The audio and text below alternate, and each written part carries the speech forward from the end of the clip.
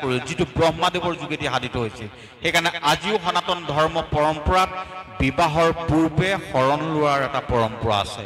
শৰণ যদি লোৱা হয়, শৰণৰ যোগেদি আমি এটা উত্তৰিত জীৱনৰ সোৱাদ পাম।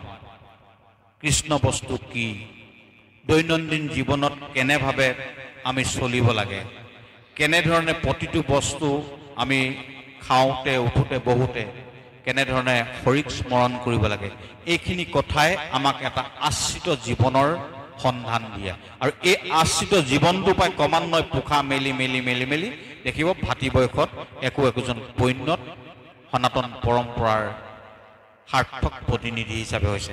আৰু তেখেতলোকৰ যোগেদি যিসকল সন্তান আহিব, সেইখিনি তেনে সন্তানখিনি সমাজ জীৱনৰ বাবে আশীৰ্বাদ স্বৰূপে আহিব। আৰু সেই সন্তানৰ এক সুগম পথ প্ৰশস্ত কৰিবৰ বাবেই শ্ৰীমদ ভাগৱত পুৰাণ অসমীয়া জনজীৱনত বা সমগ্ৰ ভাৰতীয় জনজীৱনত এক সুদূৰ প্ৰভাৱ ই বিস্তাৰ কৰি আছে। আমি প্ৰথম স্কন্ধত যেতিয়া সোমাম, তেতিয়া আমি দেখোঁ য'ত মহাভাৰত শেষ হৈছে তাৰ পৰাই শ্ৰীমদ ভাগৱত পুৰাণ আৰম্ভ হৈছে। প্ৰথম আমি মংগলাচৰণৰ পিছতেই কুৰুক্ষেত্ৰ যুদ্ধৰ সামৰণিৰ কথাৰে আমি শ্ৰীমদ ভাগৱত পুৰাণত অৱগ্ৰহণ কৰোঁ। যেতিয়া 17খন পুৰাণ ব্যাসদেৱে লিখিলে, ৰচনা কৰাৰ পিছত তেখেতে অদ্বিতীয় মহাকাব্য শ্ৰীমদ মহাভাৰত ৰচনা কৰিলে। মহাভাৰতত দুটা বংশৰ কৰুণ পৰিণতিৰ কথা আছে, অতি দুখ লগা। আৰু এই দুয়োটা বংশই হ'ল ব্যাসদেৱৰ আত্মজ।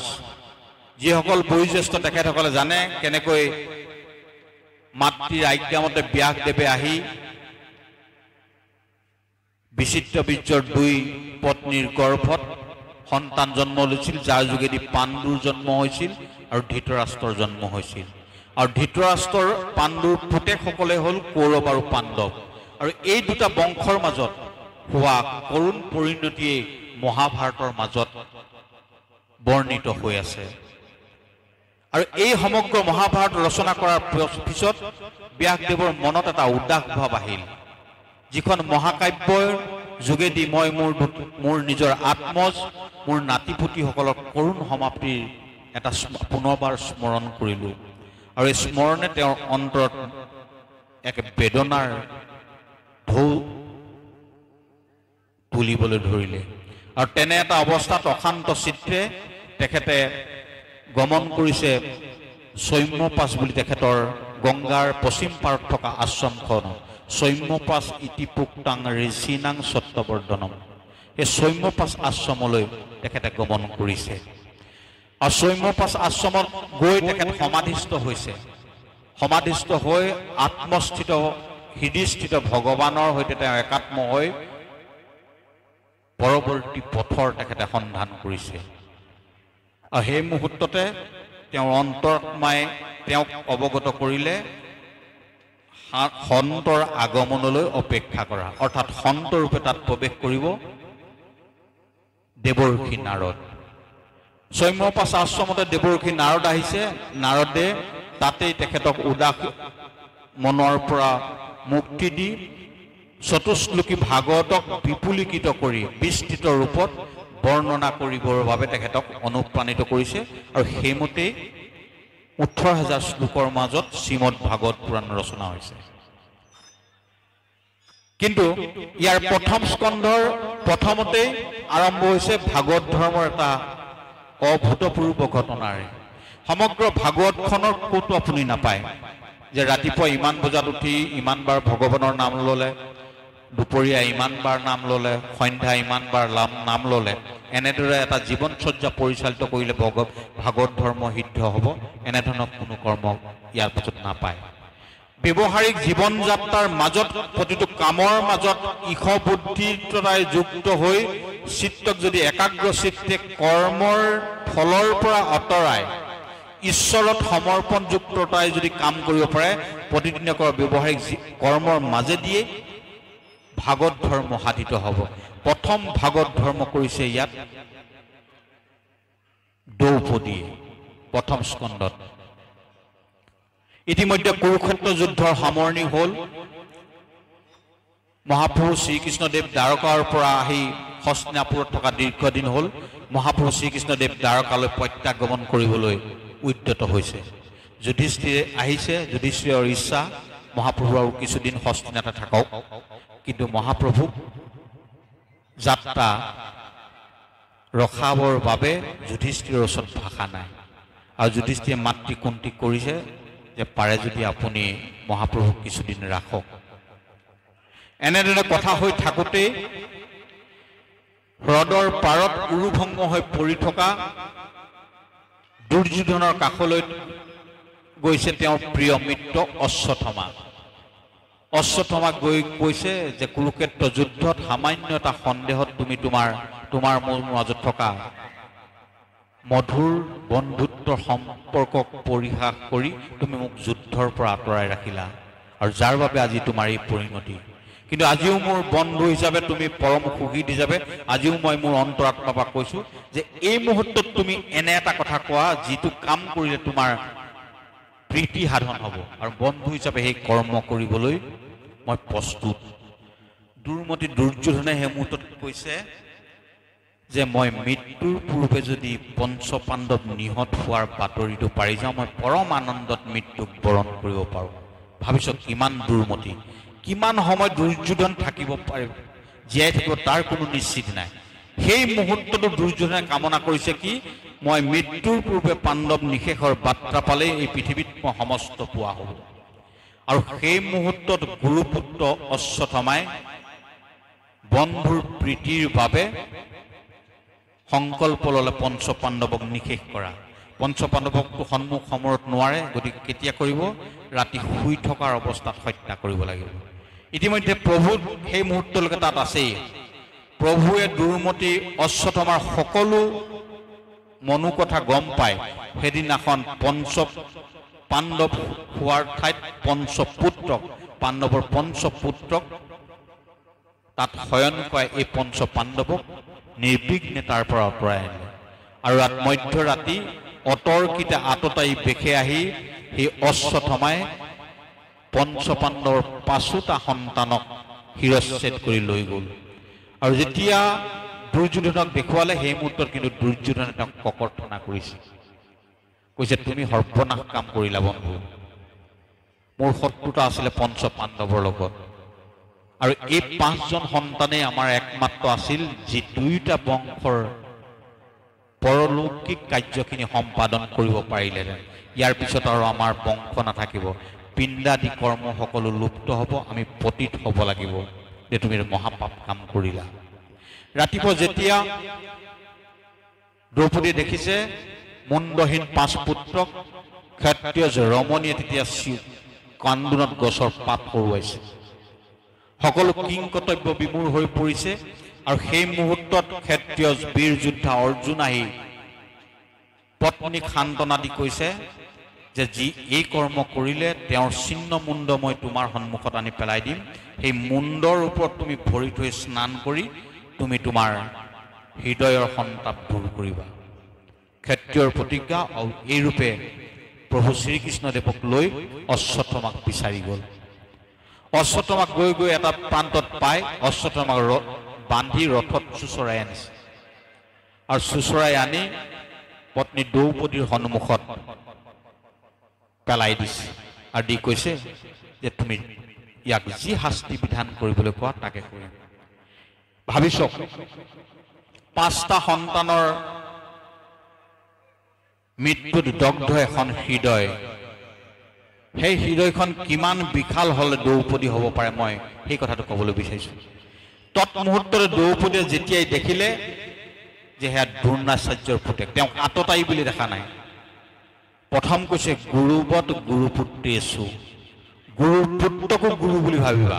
তেওঁ অসৎ বেলেগ কথা, তেওঁ পতিত ব্ৰাহ্মণ বেলেগ কথা, কিন্তু গুৰুবত গুৰুপুত্ৰেষু। অৰ্জুনক ককৰ্থনা কৈছে তুমি ইমান নিকৃষ্ট কাম কৰিব পাৰা যে গুৰুপুত্ৰক তুমি এনেদৰে বান্ধি চুচৰাই আনিব পাৰা। আৰু লগালগ ক্ষমা ভিক্ষা মাগি দ্ৰৌপদীয়ে তেওঁক ৰজুমুক্ত কৰিছে। এয়া প্ৰথম ভাগৱত ধৰ্ম। গুৰু ৰূপত গুৰুপুত্ৰেষু। দ্বিতীয়তে ক'লে তেওঁ ব্ৰাহ্মণ, গতিকে সেই ব্ৰাহ্মণক তুমি এনেধৰণে নিৰ্যাতন দিব নোৱাৰা। এইদৰে কথা পাতি থাকোঁতে ভীমে কৈছে নহয়, ই ৰাতি শুই থাকোঁতে আততায়ী বধত পাপ নাই। ৰাতি শুই থাকোঁতে অতৰ্কিতে গৃহত অগ্নি সংযোগ কৰা এইবিলাক আততায়ী বুলি কোৱা হয়। আততায়ী বধত কোনো ধৰণৰ পাপ নাই, ইয়াক বধ কৰিব লাগে। আৰু সেই মুহূৰ্তত নকুল সহদেৱে ভীমৰ কথাত হয়ভৰ দিছে আৰু সেই মুহূৰ্তত কাষ চাপি আহি যুধিষ্ঠিৰে মহাপ্ৰভুৰ পৰা সমিধান বিচাৰিছে যে কি কৰা উচিত।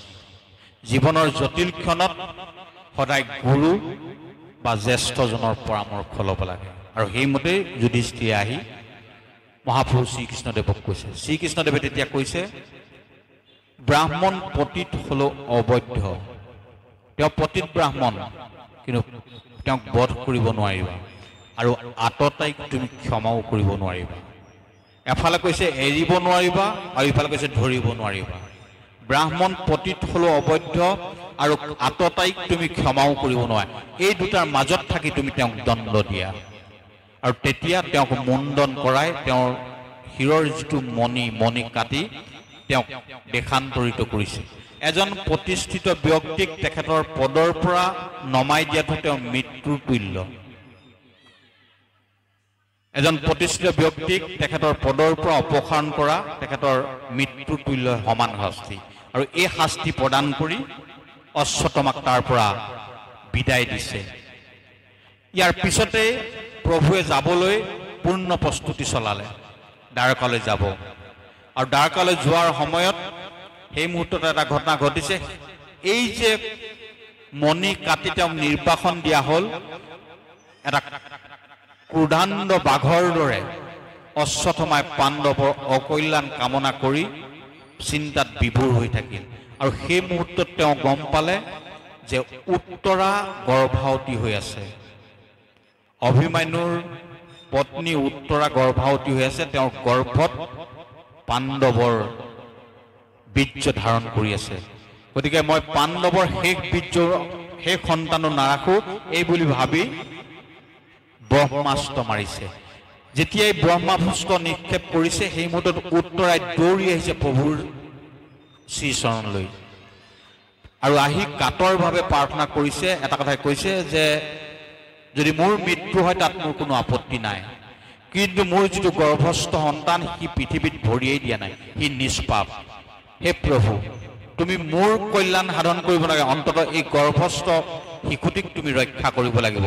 আৰু মই জানো তুমি ভকত বৎসল ৰূপে সেই সন্তান দি কেতিয়াও অকল্যাণ নকৰা।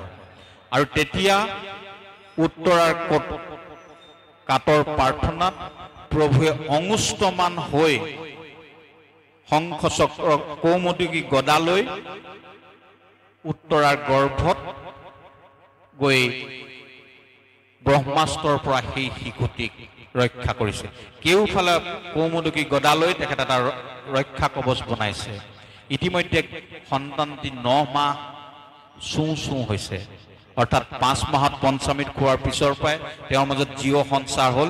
পৃথিৱীলৈ আহোঁ আহোঁ কৰি থকা এটি সন্তান। এই সন্তানটো ভাবি চাব, আচৰিত সন্তান, যি গৰ্ভত ভগৱানক দৰ্শন কৰিছে আৰু ভগৱানে তেওঁক গৰ্ভত ৰক্ষা কৱচ সৃষ্টি কৰি তেওঁক ৰক্ষা কৰিছে। আৰু তাৰ পিছতে যেতিয়া গৰ্ভ ৰক্ষা কৰাৰ পিছত প্ৰভুৱে কুন্তীৰ সমন্বিতে সমগ্ৰ পাণ্ডৱ কুলক লৈ 54 দিন কুৰুক্ষেত্ৰ প্ৰান্তত অপেক্ষা কৰি থকা ভীষ্ম পিতামহৰ কাষলৈ গৈছে। ভাবি চাওক, প্ৰথম ভাগত ধৰ্ম কৰিছে দ্ৰৌপদীয়ে, গুৰু আৰু ব্ৰাহ্মণৰ মৰ্যাদা ৰক্ষা কৰি, আনে যিটো আঘাত পায় একে আঘাত ময়ো পাওঁ। মোৰ 5টা পুত্ৰ নাই হয়, কিন্তু মোৰ পঞ্চস্বামী আজিও জীৱিত। কিন্তু যি অশ্বত্থামাৰ পিতৃক ইতিমধ্যে বধ কৰা হৈছে দ্ৰোণাচাৰ্য। সেই দ্ৰোণাচাৰ্য পত্নী কৃপিয়ে দ্ৰোণাচাৰ্যৰ মৃত্যুৰ লগে লগে সতীত যাব লাগিছিল, অৰ্থাৎ দ্ৰোণাচাৰ্য চিতাত উঠি পতিৰ অনুগমন কৰিব লাগিছিল, কিন্তু তেওঁ একমাত্ৰ ৰৈ থাকিল পুত্ৰৰ মুখ দৰ্শন কৰি। আজি যদি সেই অশ্বত্থামাক হত্যা কৰা হয় তেতিয়াহ'লে সেই গুৰু মাতৃৰ কি কষ্ট হ'ব, সেই গুৰু মাতৃকো বধ কৰাৰ দৰে হ'ব। এই যিটো সহমৰ্মিতা, এইটো হ'ল ভাগৱত ধৰ্ম। মই যিটো দুখ পাইছোঁ আনে যাতে সেইটো দুখ নাপাওক, এই যিটো ভাৱ, অন্তঃস্থিত ভাৱৰ যিটো জাগৰণ, এইটো হ'ল ভাগৱত ধৰ্ম। এই ভাগৱত ধৰ্ম কৰিছে কুন্তীয়ে। ইয়াৰ পিছতে উত্তৰাই মাতৃধৰ্ম পালন কৰিছে। নিজৰ সৰ্বস্ব শেষ কৰি হ'লেও পুত্ৰক ৰক্ষা কৰাটো মাতৃৰ কৰ্তব্য। মাতৃৰ আচলত কেনেকৈ পুত্ৰ আৰু স্বামীৰ জীৱন নিৰ্বিঘ্নে থাকে তাক পালন কৰিছে কৃষ্ণক কৰা স্তুতিৰ যোগেদি। তাৰ পিছতেই স্তুতি কৰিছে কুন্তীয়ে। এই সমগ্ৰ ঘটনাৰ পিছত কুন্তীয়ে নিজৰ ভতিজাকক, কৃষ্ণ আৰু কুন্তীৰ মাজত সম্পৰ্কটো হ'ল পেহী আৰু ভতিজাক। পেহীয়েকে ভতিজাকক স্তুতি কৰিছে, তুমি এই পুৰাণ পুৰুষ, তুমি এই সৃষ্টি স্থিতি প্ৰলয়ৰ একমাত্ৰ গৰাকী, তুমি অনাদি, তুমি অনন্ত আৰু তুমি সৰ্বব্যাপ্ত। এই বুলি স্তুতি কৰি কৰি কৰি কৰি তাতে সন্নিৱিষ্ট কৰিছে, যিটো আমাৰ মহাপুৰুষজনাই কীৰ্তনৰ আৰম্ভণিতে উল্লেখ কৰিছে, কৃষ্ণায় বাসুদেৱায় দৈৱকী নন্দনায় চ নন্দ গোপকুমাৰায় গোবিন্দায় নমো নমঃ। এই যে আমি কীৰ্তনত যিটো শ্লোক গাওঁ সেইটো কুন্তী মুখৰ শ্লোক, আৰু সেই কুন্তীৰ শ্লোকৰ মাজতে কৃষ্ণ বস্তুৰ সাৰমৰ্ম প্ৰকাশ পাইছে। এইটো ভাগৱত ধৰ্ম।